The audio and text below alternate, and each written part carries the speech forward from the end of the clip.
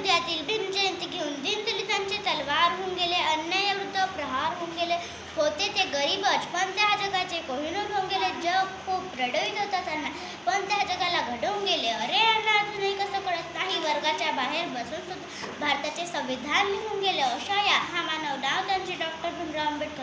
बाबासाहेबांना वाचनाचा छंद त्यांच्या वडिलांमुळे लागला. तो वाचनाचा छंद संविधान निर्मितीचा संबंध ठरला. अभ्यासाची आवड असल्यामुळे BA, MA, master of science, doctor of science अशा अनेक पदव्या संपादन केल्या. त्यांनी अनेक मौलिक विचार समाजासमोर मांडले, जसे शिक्षण हे वाघिणीचे दूध आहे, जे प्राशन करेल तो गुरुकुलाशिवाय राहणार नाही.